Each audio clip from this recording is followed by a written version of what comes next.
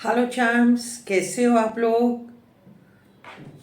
आज दादी आपको ना एक कहानी सुनाएगी जिसमें नारद जी ने गलती की थी और उनको बाद में बहुत पछतावा भी हुआ था। और ये सब काम करने में ना विष्णु जी कि उनकी मदद करते थे, क्योंकि नारद जी जितने ज्ञानी थे, ऋषिवर थे, पर ना बहुत जल्दी अहंकार हो जाता था उनको, जो कि अच्छी बात नहीं है। तो एक बार की बात है बच्चों, नारद जी ना पृथ्वी पर आकर भ्रमण कर रहे थे और उनका एक भक्त था सेठ। उसकी कोई औलाद नहीं थी। तो जब नारद जी उसके घर आए तो उसने बहुत आवभगत की, बहुत ज़्यादा स्वागत किया नारद जी का। और नारद जी बड़े खुश भी हुए। जब जाने लगे ना तो सेठ ने कहा, नारद जी कुछ ऐसा कार्य करो कि मेरे घर भी औलाद हो जाए। तो नारद जी कहते ठीक है, मैं जा रहा हूँ, विष्णु जी से तुम्हारी अर्जी पेश करूँगा। तो नारद जी ने क्या किया, विष्णु जी के पास गए और विष्णु जी के कहने लगे, भगवान वो जो सेठ है ना उसकी कोई औलाद नहीं है, तो आप कृपा करो उसकी औलाद हो जाए। विष्णु जी ने कहा, देखो नारद, उसकी किस्मत में औलाद है ही नहीं, ये हो ही नहीं सकता। उसकी किस्मत में औलाद है ही नहीं तो कहाँ से होगी। नारद जी चुप हो गए। तो उन्होंने क्या किया, कोई सूझा तो है नहीं, तो एक दीपक लिया, दीपक में बहुत ज़्यादा तेल भर दिया ऊपर तक और उस दीपक को जलाकर सारी पृथ्वी का दोबारा भ्रमण करा, पूरी सृष्टि का भ्रमण कर लिया और वापस विष्णु लोक चले गए, क्योंकि वो ये बताना चाहते थे कि मैं आपका परम भक्त हूं। विष्णु जी सारी बात समझ गए थे, अनजान तो थे नहीं। तो वो अब नारद जी का घमंड तोड़ना चाहते थे। तो क्या हुआ, एक बार नारद जी दोबारा पृथ्वी लोक आए तो देखा उस सेठ के घर में चार चार बच्चे खेल रहे हैं। तो नारद जी हैरान कि विष्णु जी ने तो कहा था कि इसकी औलाद नहीं है और इसके पास तो चार चार बच्चे हैं। तो उन्होंने सेठ से पूछा, सेठ जी ये कैसे हुआ।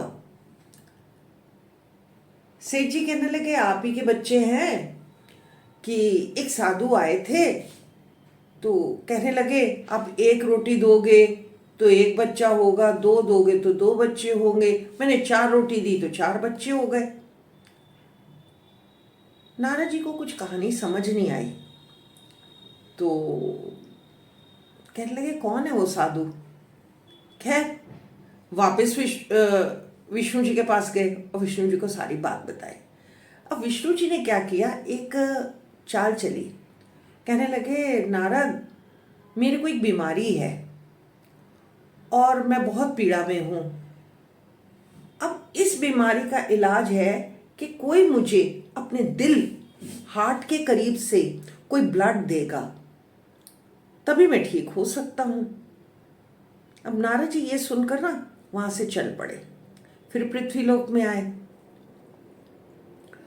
तो सबको वो ये बात बताते रहे, जो उनको मिलता उसको ये बात बताते कि विष्णु जी बहुत तकलीफ में है, उन्हें कोई ऐसा इंसान मिले जो दिल के करीब से ब्लड दे। अब बच्चों देखो ये डिमांड कैसी है, दिल के पास से ब्लड देना मतलब उसकी डेथ हो जाएगी, ऐसा तो नहीं हो सकता ना।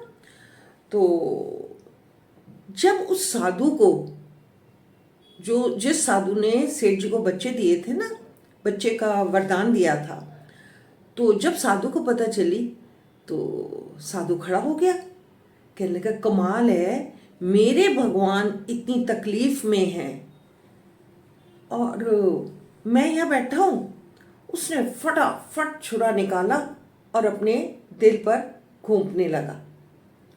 वो जैसे ही उसने दिल के पास छुरा गया ना तो भगवान विष्णु प्रकट हो गए तो भगवान विष्णु नारद जी से कहते हैं, नारद तुम्हें भी पता था मैं बीमार हूं या मेरे को तकलीफ है, मुझे जरूरत है, तुम सबको कहते फिर रहे हो, पर ये साधु ये तो अपनी जान भी देने को तैयार हो गया, तो कौन बड़ा भक्त हुआ। तब नारद जी को अपनी गलती का एहसास हुआ कि मैं अननेसेसरी घमंड करता रहा हूं, जबकि दुनिया में और भी लोग हैं जो कि भगवान के अति प्यारे हैं या भगवान से सच्चा प्रेम करते हैं। हालांकि प्रेम वो भी करते थे, मगर उनके प्रेम में अहंकार था। तो बच्चों, इस कहानी से आपको क्या शिक्षा मिलती है? यही ना कि हमें अगर कुछ चीज़ मिल जाती है या हमारे पास कोई क्वालिटी है तो उसका घमंड नहीं करना चाहिए। We should share our knowledge. आपको अच्छी लगी कहानी? ठीक है बच्चों, अच्छी लगी तो आप शेयर करो, चैनल को सब्सक्राइब करो। दादी और अच्छी अच्छी कहानियाँ आपके लिए लेकर आएगी। आप लोगों को दादी का ढेर सारा आशीर्वाद। खुश रहो, सेफ रहो।